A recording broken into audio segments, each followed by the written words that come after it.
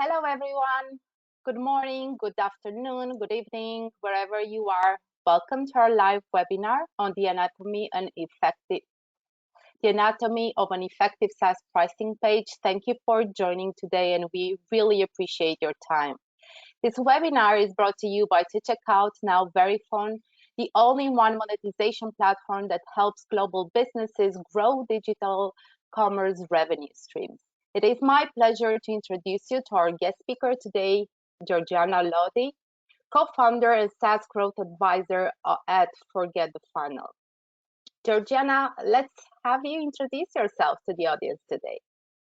Hi, everyone. Thanks so much for having me. Yes, I am a long-time marketer. I've been a marketer for about 20 years. I've been focused exclusively, pretty well exclusively with B2B SaaS companies for the last 10 or so. I just absolutely love that type of business and that business model and that the role that marketing plays in that type of business. Yeah, I mean, there's a long history there, but let's not spend time on my background. Let's actually get into the topic. We'll have time to show your magic. So yeah, I'm okay. And my name is Alexandra Badea. I'm the VP of Corporate Marketing here at Check Out Now Verifone, and I'll be your host today. But the shine is not on me; it's clearly on Georgiana. So let's get to it. We should start with some interesting discussions on pricing. So I would really love to cover some challenges, some common mistakes that are that SaaS companies usually do when they're facing when they start building their pricing page, and then we can go into other interesting topics that we've collected from some of our prospects and clients as well. So, what are those common mistakes, Georgiana? Right into it.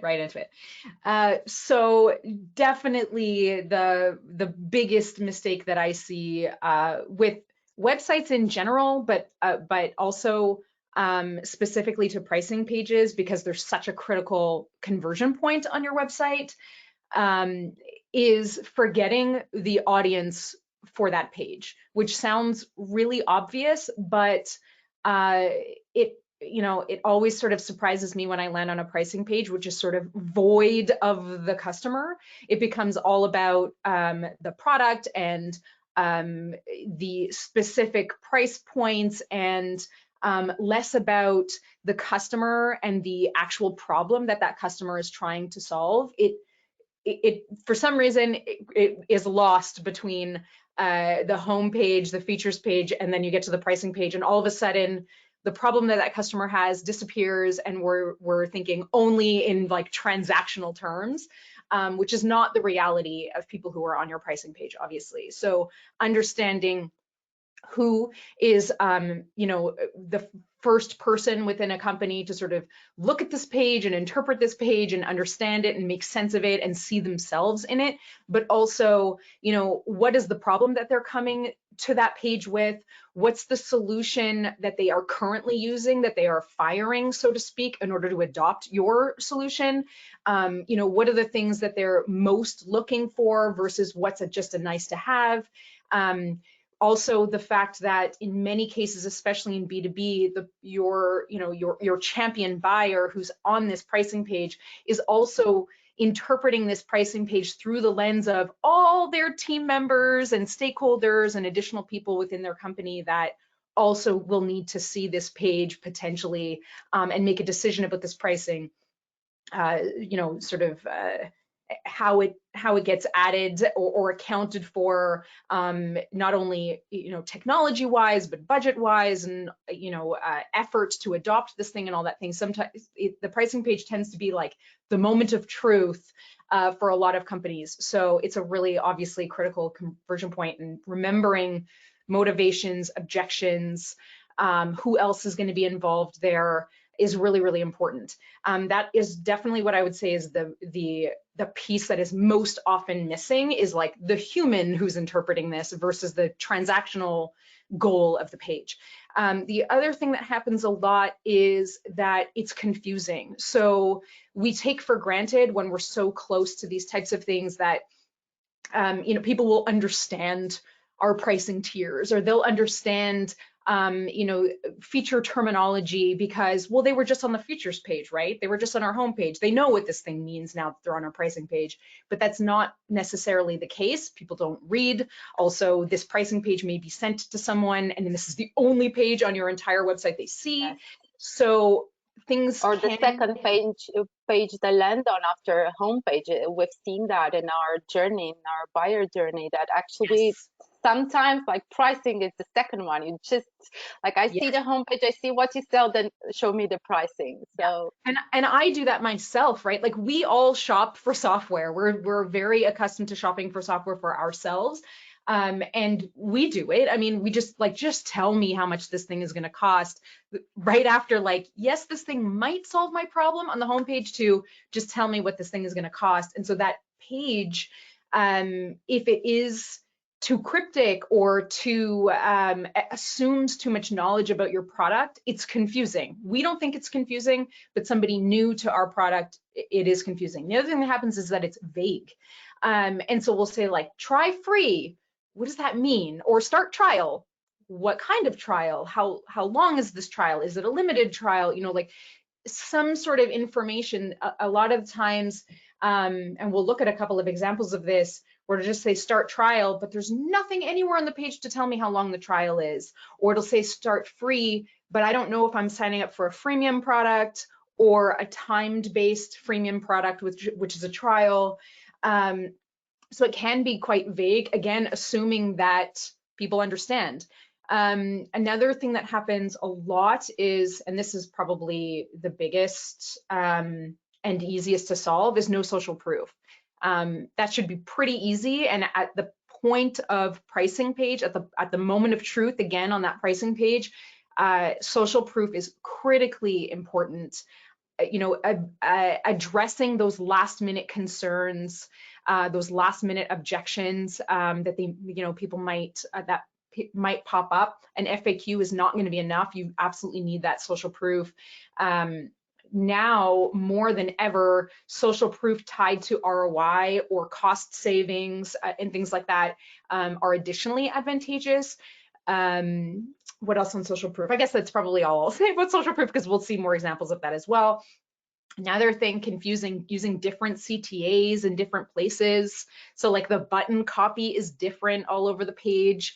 And then just missing FAQ questions that are critical about how the trial works. What happens if I want to cancel my trial, things like that. Those last minute objections, those are all, there's a long list of things that can go wrong on a pricing page. Those are the most common that I see. Okay. I don't know if I want you to look at our digital pricing page, really. Yeah. No, we've thought about all of that, all of those when we built the pricing page, but I don't know if it's perfection. So there's always room for improvement. Maybe Always. that would be a mistake. Keeping your pricing page the same for the entire for years, and not optimizing and continuously changing what works, testing it. Yes, I think that's okay. Okay, so thank you so much for some of the common mistakes. Hopefully we're not doing them on the to checkout side. We all make them. I am guilty myself. There's no perfect pricing page that has ever existed.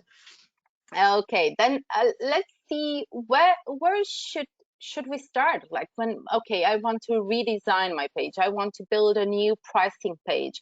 Like, how should I start it? How should I, in what is the order of things? Like, should I first go and see what the current experience on the website, and what's their path and conversion path, and should I just understand the current page, how it's performing, and heat maps, and like, what should I take into consideration when we're actually thinking about changing our pricing page?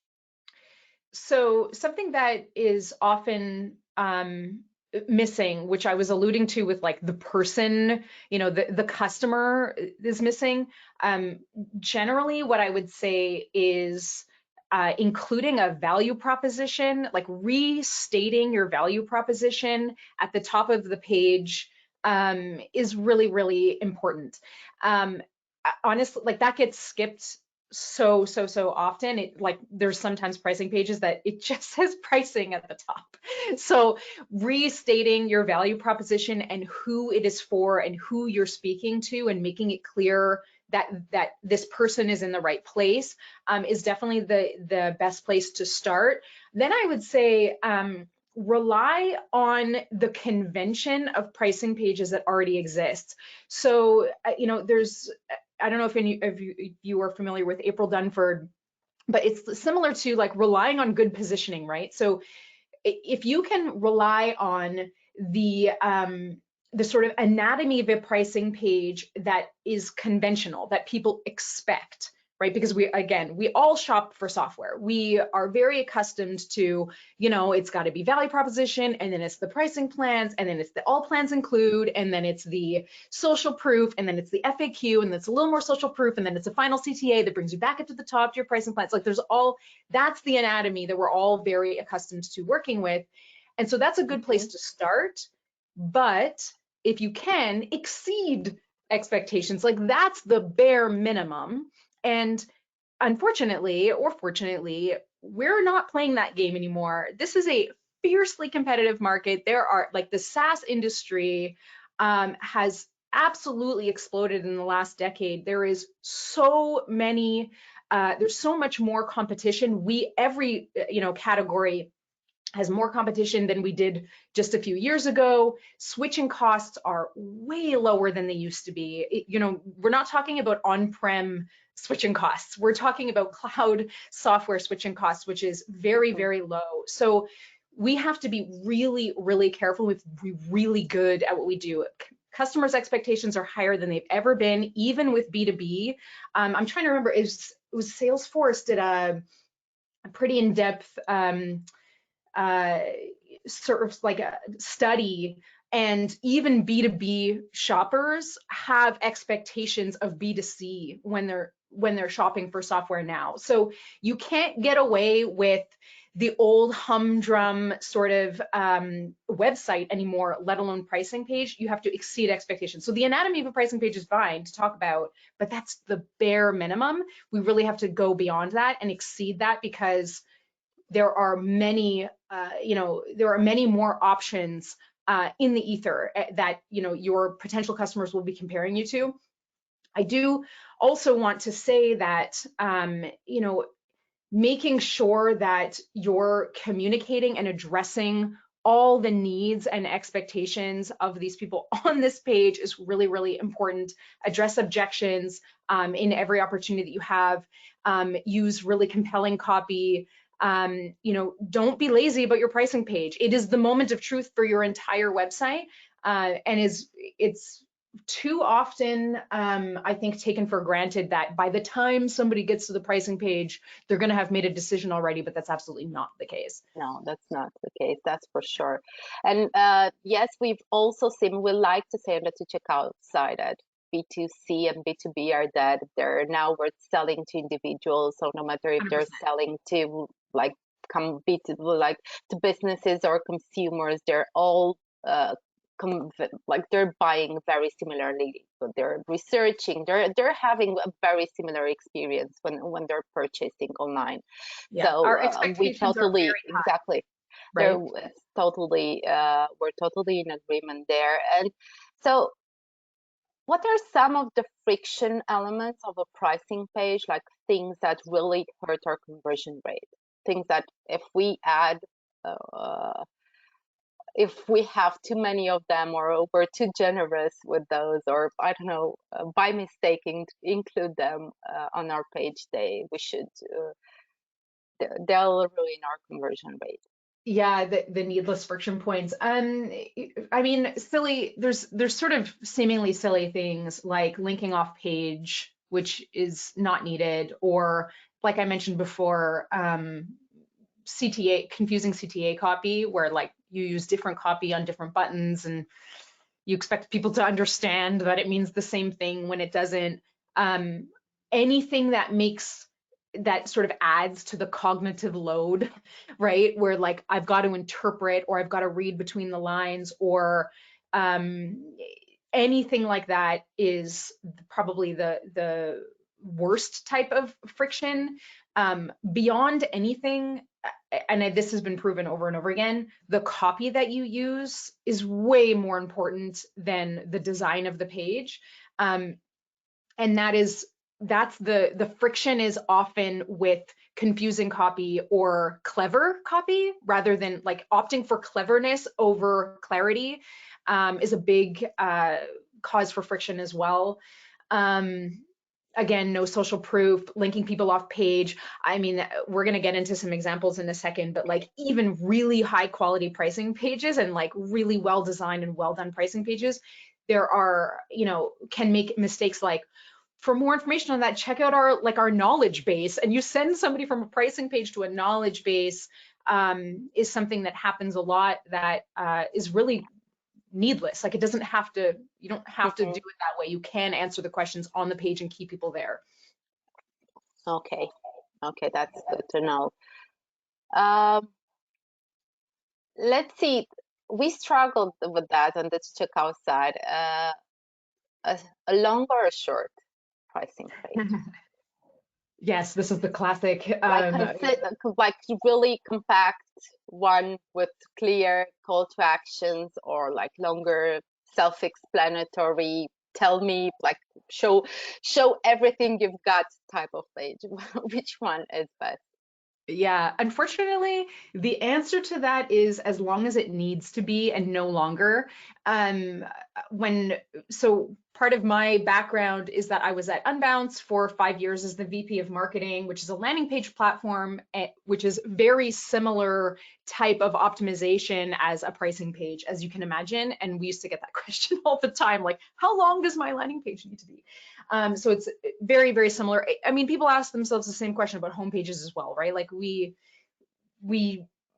at the end of the day, we have to test it. I can't come in and say, without understanding a lot more about your customer, a lot more about how complex their buying process might be, a lot more about, what the context is from the people who come to that page. So again, something actually that I wanted to mention before, which I think gets overlooked, but it's relevant to this particular question, is what are people comparing you to? What is the level of awareness, to talk in marketing terms, right? What are people's level of awareness when they land on your website as a whole, but also on your pricing page? Are they solving this problem, manually right now? Are they using a spreadsheet? Are they using a alternative type of solution? Are they comparing you to direct competitors? Are they using a direct competitor right now? Like, what is the context in which they're coming to the page with? Because all of your copy, all of your messaging needs to position your product versus the old way, the way that what they're firing, right? So we talk a lot in terms of like the jobs to be done. We use the jobs to be done theory a lot for guiding the research that we do, so that we understand, what led to somebody seeking out a solution. What does that process look like, right? What was that trigger moment that led them to come to your website and your pricing page to begin with? What is it that they're looking for most in a solution? So what are their top motivations? And then what is the ultimate goal that they're trying to achieve? What is that desired outcome? And if you can address all of those things on your pricing page, on your website as a whole, but also a microcosm on your pricing page, then you'll be doing quite well. So however long it takes you to address that is how long your pricing page should be. I would recommend, and this is a bit of a gimme, if you've got one of those massive tables, which so many pricing pages do, make it collapsible or expandable. I'm sorry, I should say expandable, not collapsible. Well, yes, collapsible. So but hide it. If you have one, hide it. Because some people do need to see that, and they do want to see specifically feature by feature what's included versus what, at the different plans potentially. but that shouldn't be the default, right? That shouldn't be where we land, is in this, like, I call it like table hell, because you're hit with a spreadsheet, and nobody wants to be hit with what is effectively a spreadsheet. So make that expandable. If it's expanded, your pricing page is obviously very long, but if you collapse it, then obviously the page is shorter. But you have to make sure that you address all the needs, and I would definitely say test it. Is definitely the best thing to do. Run a very clean test, run it for enough time, treat it very seriously. It is a critical conversion point. I will tell you a cautionary tale of something that happened to me on a pricing page. When testing long versus short, we added a new subhead to our head. We had a headline and a subhead, and then our pricing grid as typical. And we were testing a subhead for our value prop at the top of the page, which was a little bit longer, and it pushed the pricing grid down on this below the fold just enough where our free plan was no longer visible above the fold. And, I thought nothing of it. And 2 weeks went by, our test was still running. And all of a sudden we started to notice that we got fewer free signups. We're still getting, trials and things like that. That's just how it was set up for us. But we were getting fewer and fewer free signups. And it took us 2 weeks to notice the drop in free signups, which had, like, we've depended on a certain conversion rate of those free signups into a paid trial, things like that. So, and it was just a tiny thing. It was just something small that was pushed below the fold. So take those pricing page tests very seriously, monitor them closely. They have a pretty big impact if they go wrong. Not to scare anyone, but. Yes, I totally agree.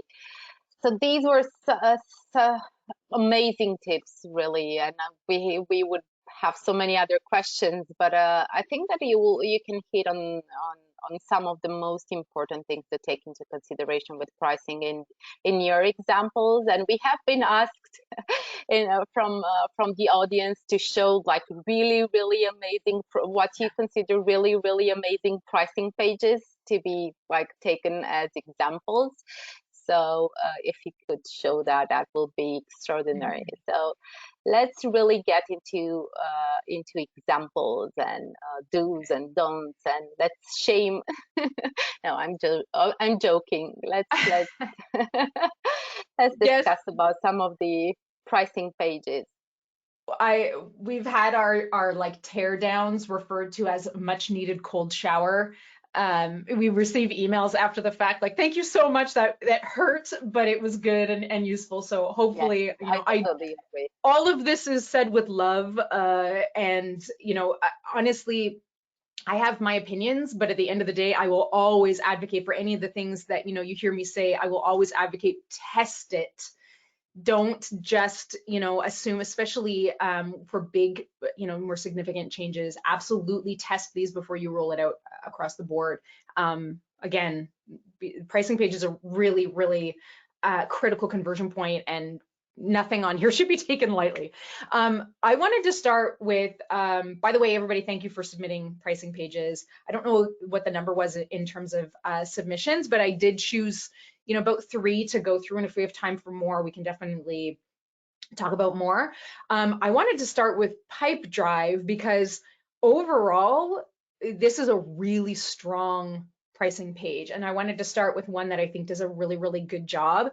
There's still room for improvement, of course, and we'll get into that, but generally what I like to do is start with what I like and then talk about what could be tested.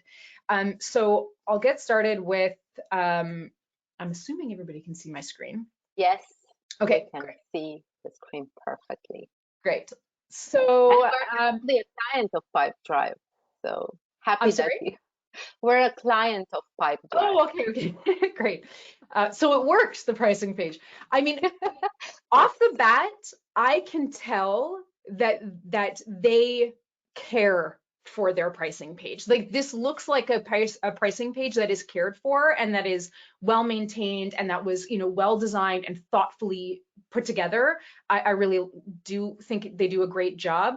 I'll scroll a bit so that everybody can see the page on the whole.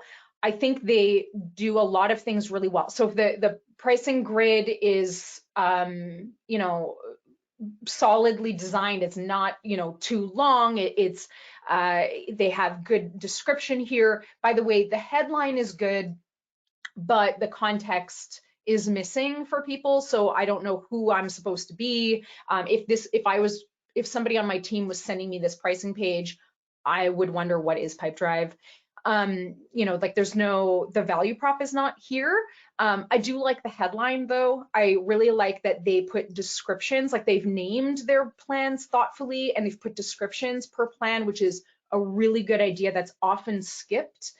And each of them are simple enough. The other thing that they do a good job of is the all plans include is not too big. It's not too overwhelming. I can still process it, right? It's not more than 7 things. It's like a nice, relatively small number, so I can mentally process it. The white spacing is, I think, a bit off, but all in all, I think that's pretty good. It probably could stand to be a bit more significant, like the iconography could probably be bigger.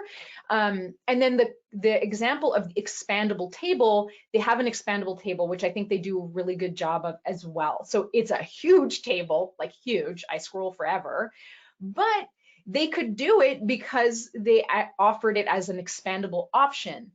If it wasn't expandable, like I'm still scrolling. This is a massive table.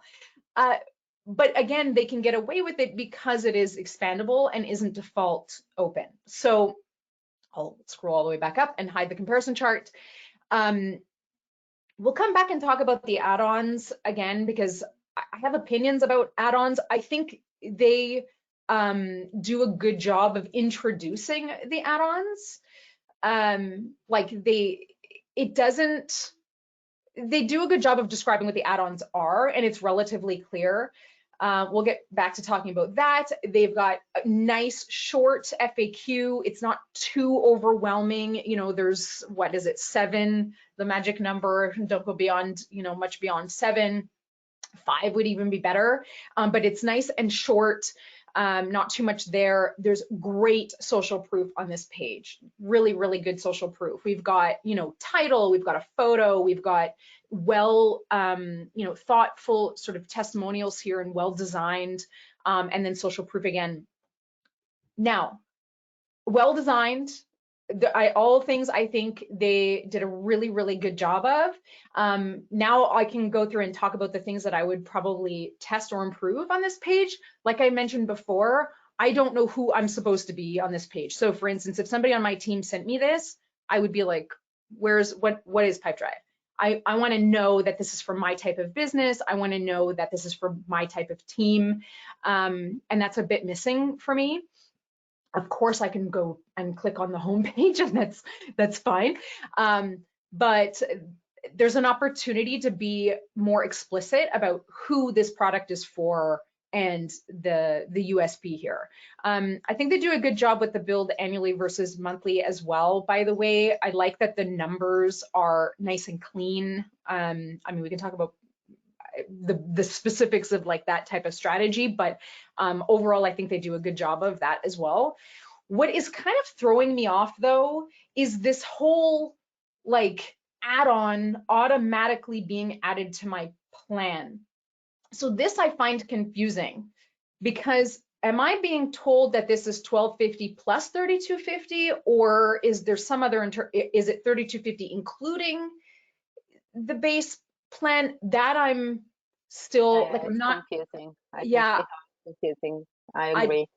Yeah, I like that there's a tooltip here, so I'm not like, I can in place get the context that I need, but it is a bit sort of throwing me off a little bit. The try free, that as well, I don't know what that means. Is that a trial? Is it a product-based freemium model that's being used here, or versus a time-based trial? That's not clear to me here. I don't know if a credit card is required. I don't have enough just with this pricing grid to make a decision. I have to scroll. So that's fine, but if you know, we could create just a little bit more clarity around if there's a credit card required, what free includes like what try it free actually means, being a little bit more descriptive and explicit in that. I think that would be a good idea. Usually I would take issue with the CTA being like a black button, but in this case, because of the yellow, I think the black is high enough contrast that I don't have a problem with it. So one of the things that I would say is a very common, I wouldn't call it a friction point, but I think mistake, is that people use their like brand color as their CTA button color, and it kind of gets lost in the overall sort of visuals. What's important there is not the color. The importance is the contrast. So we always had this joke, Bob, big orange button, right? Like a lot of people use big orange buttons because orange is high contrast, and you know, we always called them Bob. It has nothing to do with the color orange. It was always because it's a high contrast color. Mm. In this case, normally I would be like a black CTA, like a black button, but I don't have a problem with it here because the yellow helps to create the high contrast. We could maybe test another color, but I think the yellow does a good enough job of doing that heavy lifting visually. Again, the white spacing here is throwing me off a little bit. The all plans include, I think this could be like up leveled a little bit. I think they could do a better job of showing this off a little bit more. I'm not going to go into the table, but because we already talked about it, and I think that the fact that it's expandable is really smart. Although I would compare plans. When I clicked this, I didn't know if I was going to be taken lower down on the page or not. Like, it wasn't obvious to me that this was going to be a table that expanded. I'm not a designer, so I can't necessarily recommend how that, you know, the specifics of that could maybe be changed, but it might be helpful to make it obvious that a table is going to open. I don't think that's a make or break though. So now onto the add-ons. Now I had to scroll here in order to understand what this was, because right off the bat I was like, wait a minute, I'm being told that there's $32.50 per month being added to my plan. So I don't actually know, when I click try it free, what's going to happen. Am I going to be asked for $49.90 plus $32.50 immediately with a credit card? Like, I'm not sure what that entails. So if I scroll down and I look here at the add-ons, I think they did a good job of demonstrating what these add-ons do with the visual, like the like animations of the product. The problem that I take with this though is that the learn more sends you off page. So it sends you somewhere else. I'm not a huge fan personally of adding add-ons to pricing pages, because I think it just adds to confusion when the offer on the pricing page should really be about your core product. I hedge though, because I know that there are some products that have a history of relying on or needing add-ons because of just the nature of their product and the nature of their customers. So that might be the case here. And so I don't have a, you know, I'm not going to recommend that they remove their add-ons because they might perform really, really well for them. And I think visually they did a really good job with them. I think a lot of add-ons make pricing pages very confusing. I think Pipedrive did a good job of adding add-ons, minus the sending people off page. Sorry, Georgiana, but where should we add our add-ons then? Because we have add-ons on the checkout side as well. So where should we put them if not on the pricing that's page? A pricing strategy. That's a pricing strategy conversation for sure, because in order to answer that, I would want to know way more about why are they add-ons, why aren't they part of the core product, and understanding that probably first. Because maybe with that context, my answer might be put them on your pricing page if you have to have them there, or it would be tell them later about your add-ons. It's not as an upgrade conversation, basically. Like, yeah, because upgrading or upselling them. That's right, because it could, their core struggle, the core problem that they are trying to solve when they come to this page or when they come to your website, if those add-ons aren't related to that, and they're a problem or an opportunity that could be introduced after they solve their first problem, well, then there's an opportunity to leverage those add-ons later in the customer experience, not on the pricing page. But I can't say that for sure because I don't know why they're not part of the core product. Okay. Got it. But if you have to have add-ons to your pricing page, I would say Pipedrive does a good job of it here, minus sending people off page. I think they're way, this is like the weirdest part of this page to me. It's like the rest of the page is so thoughtful and cared for, but for some reason, like these two sections, I'm a bit confused. So if security is very important for your customers, then do more. Like this is just not going far enough. If security is critical, if security is not critical, then I would say take up less real estate on your pricing page with it, because this is just not doing a good enough job. It's like a big, you know, illustration or icon. It's an icon with like very small text. Really, this will depend on your customers, what objections they may have, how important security is to them. I just think they have not gone nearly far enough with this if it is a critically important piece. And if it's not a critically important piece, downgrade it visually, don't take up this much real estate. It's just not doing enough. Then I'm also confused by this one, this section, which is, are you already a Pipedrive user? So this is interesting. You don't often see the option to upgrade, like for existing customers to upgrade on a pricing page. It's not very common. I actually never saw it until now. This is the first time I'm seeing this. I'm so curious. So what I think would actually be a smarter way of doing this is recognizing when your customers are logged in and having your CTAs up in your actual pricing plans say upgrade. Yeah, right? Rather than creating a totally different experience for them, like just doing right. the landing page or whatever. If your existing customers land on your pricing page, try it free isn't an appropriate CTA for them. Yeah. But I can understand why Pipedrive might be trying to sort of catch the customers who may maybe not be logged in when they, you know, check out pricing plans. I think this is interesting. I'd love to know how this performs. I am completely confused as to why the payment types, though, are coupled with it. I'm like to imply that you can use your credit card or the multiple payment methods while doing it. But that's true. The pricing, like the payment options are true of the entire page. I just don't know why they're paired with the upgrade. That throws me a little bit. Also, if there's going to be a section for your existing customers to upgrade, then maybe do a little more than just add one, you know, line of text, you know, 3 or 4 words. I do think that maybe segmenting customer versus prospect at the top, really top, and that could be an option. Yeah, this is it.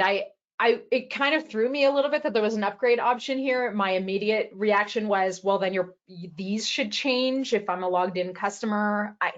I don't know. I would tend to rely more on in-app upgrades, but this might be something that they're testing. First of all, this might be completely new. This might be just the version of the pricing page that I have loaded, and maybe it doesn't look like this on another version of it. That's totally possible. But the treatment of it does feel a little bit like an afterthought and not super well integrated into the rest of the page. I agree. It feels like it was added to, like, let's just put it with the payment types accepted. Like, do you know what I mean? So some manager's idea was probably just put it in that green bar. Put it somewhere. 75% down the page in that green bar, we'll just pair it there. Now the payment types accepted comes up again because of the FAQs. So I mentioned before that I think they've got a good number of FAQs. I'm glad to see them. Obviously, FAQs are great. FAQs are great. There was a bit of a conversation on Twitter recently where, I don't know if anybody is familiar with Conversion XL, Pep Laya at Conversion XL. He tweeted recently that if you have an FAQ, your page has failed. And I agree with him to a point, because you should be able to address anybody's questions with the messaging on your page, right? If your copy is well done and you've considered all motivations, objections, struggle, all that stuff, and taken into account all of those critical pieces that have to be on your pricing page, then technically it's true, an FAQ really shouldn't be too necessary. Ideally, it's relatively short. I told you I was going to go into detail on this one page. Yes. And I think we should move to a next example very soon because we're using the entire time on Pipedrive. I know, but it's a really good pricing page. But so I will say one more thing about FAQs because everybody includes FAQs.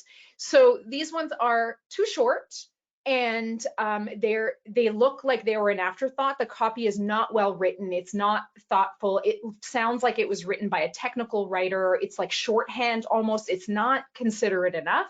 And also there are places where we're linked off page again. So will my data be safe? Sends me off to security and privacy standards. What is an add-on? There's one line about what is an add-on, but they're in the plans. Like it's a big, a big piece. Hopefully add-on, this question is not even hopefully needed. The difference between annual and monthly billing sends you off page.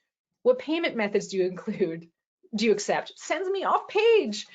How can I contact customer support? Sends me off page. Like there's a really good opportunity to optimize the FAQ here. Like I said before, social proof is great. This CTA at the bottom is a bit confusing. It should just send me back up to the pricing grid.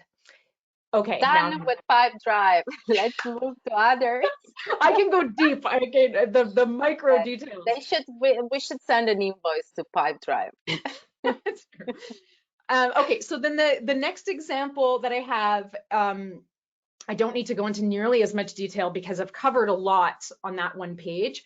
I liked this example because it is like usage-based pricing, which is a lot of companies are experimenting with this lately, which I think is, it's useful to talk about it.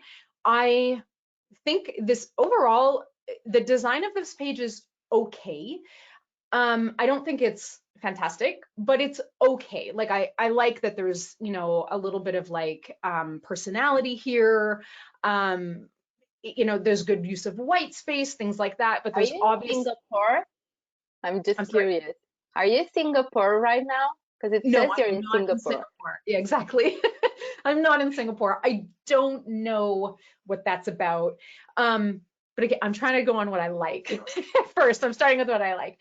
FAQ is there. That's good. High contrast, sort of, red on gray. And it's clear what the trial includes, which is good. There's some clarity there, but that's about where I end with what I like about this page. The headline is good, but again, we're missing who is it for? What's that unique selling proposition? I think that this bar, honestly, visually takes up too much real estate. I don't think it needs to be quite this big. Nothing changes on the page other than this price right here. So I just don't think it needs visually to take up this much real estate on the page. And then if you go to the end, then that goes away to request quote, just to sort of show that. Otherwise, nothing really changes other than this number and the amount here. Another thing that I will say is that it does feel similar to Pipedrive, a little bit confusing because all of these things are in addition, like they cost up, they're above and beyond the core product. And I sat here wondering, inventory, CRM, online ordering, loyalty, that feels like core product offering to me. It doesn't feel like add-on to the conversation we were having before. And I went to the homepage, even though I promised myself I would not go to any of the homepages. And it does look like the core promise that Sapad, hopefully I'm pronouncing that correctly, is making does include mention of inventory, CRM, online ordering, loyalty, which to me feels a little bit like a bait and switch. Because I would think that that should be part of the pricing that I need to consider. So this feels a little, not to, it feels a little disingenuous. Like the pricing feels a little bit like, wait, I've got to do a lot of math here. Also, the green check marks, my favorite to pick on. Green check marks, like there's no, it's nice that all of these things are included. I would try to narrow it down because this is a bit of a wall of text. Nobody's going to read that. The green check marks, nobody's going to read it. It just looks like a block. that isn't really readable. Again, even on the Pipedrive version of it, like more emphasis, more visually, give me more clues to be able to interpret what these things are, really sell what's included. Also, there's a lot more emphasis put on the add-on products. Oh, sorry, I should uncheck those. There's kind of more emphasis put on the add-on products than there is on the core product itself. I would be testing different layouts to this pricing page to see what would work, potentially tier-based pricing, or I would be reworking this pricing page a little bit. I like this. I like that this is laid out, but I'm a bit wondering, like, where's my social proof? How do I know that I can trust this company? I'm not sure I'm ready to think about taxes. If this is B2B, then taxes, yes, they're important, but I don't need that on the pricing page necessarily. It feels too soon to talk about that, especially in a B2B situation. These buttons feel, with the text, feel a bit aggressive is not the right word, but. Does this your subscription plan changes with your selection, like up, like in the top? Also based on what you select. Okay, got it. Yeah, exactly. Which like, that's fine. I like that it does that, but it all kind of takes up a lot of space to do what should be relatively simple thing. Also, there's no social proof on this page other than like this, but that's in the footer and kind of an afterthought. The gray background, I think, is not a good choice, especially like, look at the FAQ, the copy of the FAQ. Are you seeing a table there? Like, is it like the seeing FAQ? the table? Yes, the table. I don't think that's intentional. Yeah, well, I mean, look, like it's gray on gray text, which is hard to read. I think the FAQ could be reconsidered and optimized and probably narrowed down. We don't need to have this many necessarily. Yeah, visually, there some TLC is needed for the design of this page. Social proof has to be added for sure. I'll go one more. Yes, one more, and that's it. Okay, 2 minutes only. I'm only going to give WebEx 2 minutes. Okay. So WebEx was another one that was submitted, which I was happy to see. This one, I feel like comfortable going a little bit harder on, because WebEx definitely has, my assumption is that WebEx has the resources to invest in optimizing this page and designing this page a little bit better. It feels to me, okay, I'll start with what I like. There is there is clarity here. I do understand what I get for what price point. That I think is good. It's for the very sort of logical shopper. This addresses like maybe like technical buyers' needs and economic buyers' needs and functional users' needs. I think that all of those people have been taken into account with this page, which I think is good. I am a bit in table hell again, though. I'm a little bit overwhelmed with the table. And then for some reason, I'm told about other products and other things, like there's this whole other thing happening here to send me off page, and then the FAQ. So I would say that there is an opportunity to describe who is each plan appropriate for, right? Title your pricing tiers and say who they've been designed for, who was in mind when you designed and decided who is going to be the perfect fit for each of your pricing tiers, and do that heavy lifting. Right now, that's not obvious. They are assuming, Cisco is assuming that people understand what plan would be right, and that they land on this page already with a level of awareness that is ready to buy. And that might be the case. It's totally possible. But I would try to soften it a little bit and take into account people who may be comparing WebEx versus all of the other options available right now, which are plenty.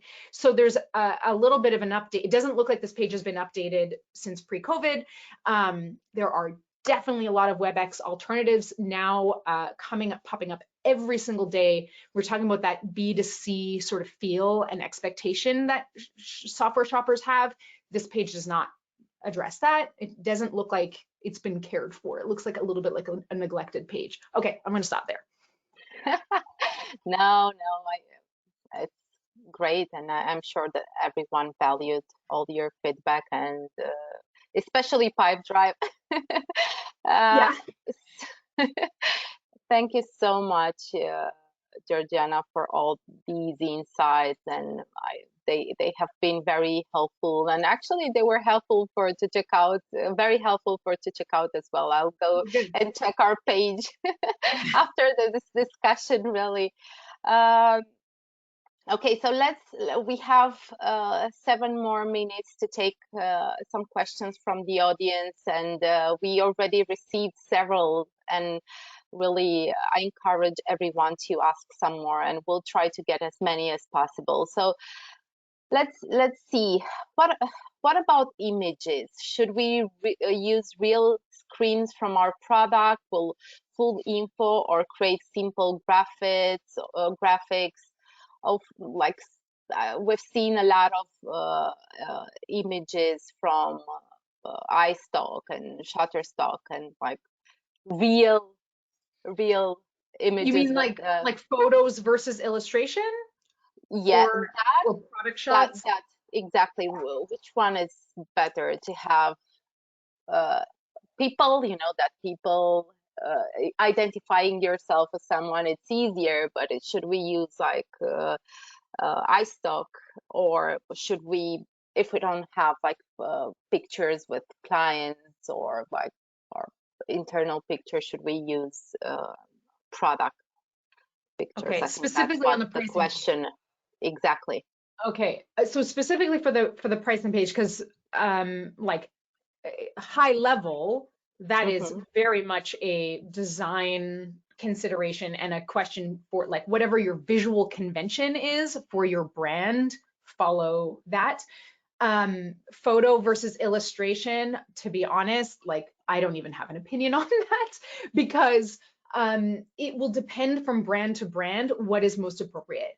Now, when it comes to the pricing page specifically, again, follow the visual convention that was set by the rest of your site and as your visual identity.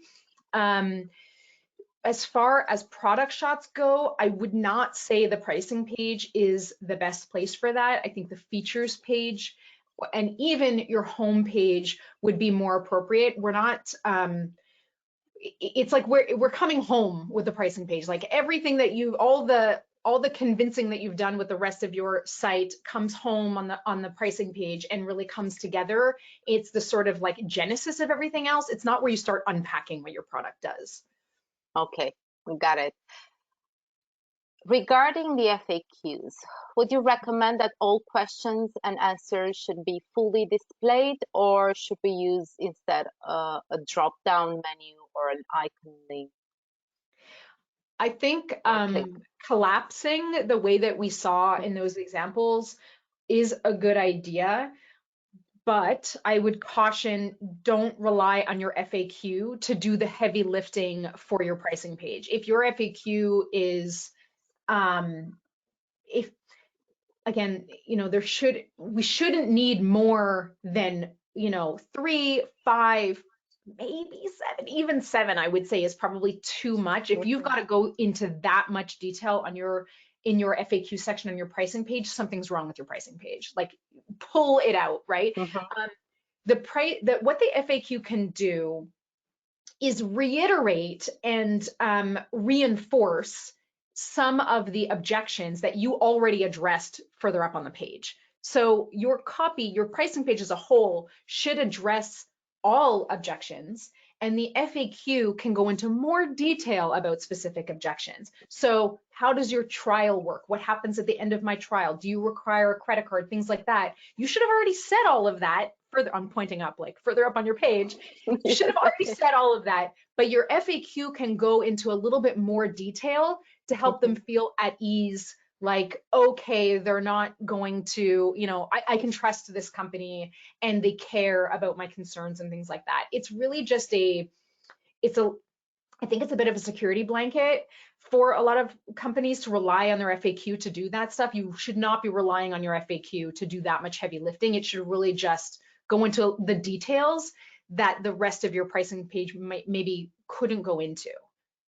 Hopefully that answers the question. Okay, yes, it does. Another question. How do you know if you should show pricing or not, as opposed to talk to sales? Like, and most probably it's related to B2B, larger customers, customized solutions, you know. Okay, I love this question because my answer is really short. Always show your pricing. I can think of very, very few reasons not to show pricing on your website. Very few. And even if we're talking about completely custom packaging, I mean, I took this to Twitter a couple of months back. I like just made this like there's zero excuse not to put pricing on your website anymore. There was an interesting sort of conversation back and forth, and even with the diehards, like, well, what about with fully customized pricing and things like that and packaging? Even in that case, there is no reason that you can't give some indication of what the sort of base is that you could expect. So some sort of idea of maybe per seat pricing, maybe what packaging typically looks like. I'm making it up because I can't think of any reason. Like, you could give me any software product and I could like very like specifically describe what should be on that pricing page. Do you know what I mean? Like, there's very few products. I'm convinced there's very few products that have real exclusive. Even with very customized solution, you feel that it should be starting with, or how should they do exactly it? Yeah, exactly. Okay. Starting with or starting at type of pricing with descriptions of what the product does, the features or the feature sets, or being specific about what is included, instead of what too many companies rely on as very vague promises, and then like call for a quote or call for a demo, and it's just all too vague. The majority of people shopping for software right now are in their 30s, right? I mean, think about the age range of people shopping for software, right? Usually they're functional users. They're people who experience the problem that's being solved, and they've been tasked with solving that problem. It's not necessarily the stakeholders or the CEOs or the business owners that are shopping for software. It's somebody on the team tasked with solving a very specific problem for that company. That person is not excited to get on a call with sales. Nobody's excited about getting on a call with sales. I'm not saying that's not appropriate to get on a call with sales, because a lot of times it is, and you have to address those needs, but it shouldn't be so vague on your website that the person who's been tasked with solving that problem for their company can't get at least a sense of where you stack up against the other options available to them. Even when we're talking about enterprise sales, like enterprise companies, like I'm insisting, but there were two questions on that, so that's why, what the person continues. Our pricing is unique to each one of the customers, so I guess that's really an enterprise solution. So even for enterprise like solutions, they should still put something there. Even for enterprise, typically enterprise, this is not always the case, but typically there is per seat pricing that is, it's typically per seat pricing. In that case, I mean, there's a price that exists somewhere. Just because it's in, on a file on somebody's computer and not on the website doesn't mean there isn't pricing decided and defined somewhere.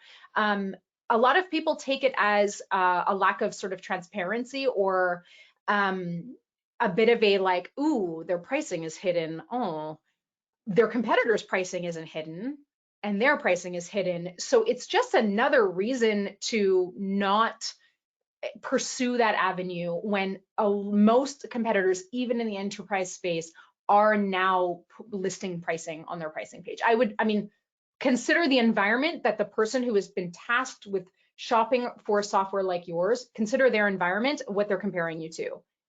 Okay, I'll take one more question. I know we're over time. I'll take Okay. one more question and that's it.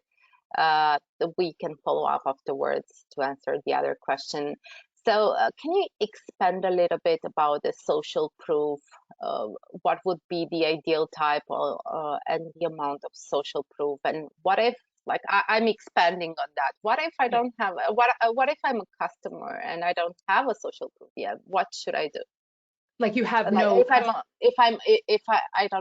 I'm a startup and I have no customers, so what should I start with to just have something as a social proof? Okay. Well, the first half of the question is like, what's good social proof? Is there such thing as too much social proof? Stuff like that. Um, I I don't know that I've ever seen anyone put too much social proof. I don't think that that's ever been something that I've like, oh, they overdid it with social proof. I don't think I've ever come across that ever. So in general, I would say that shouldn't be a worry. Whether or not you use logos or faces or both is a bit of an interesting conversation to have. Also how you treat your testimonials visually.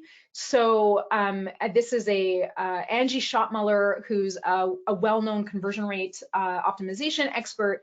I've had conversations with her about testimonials and social proof.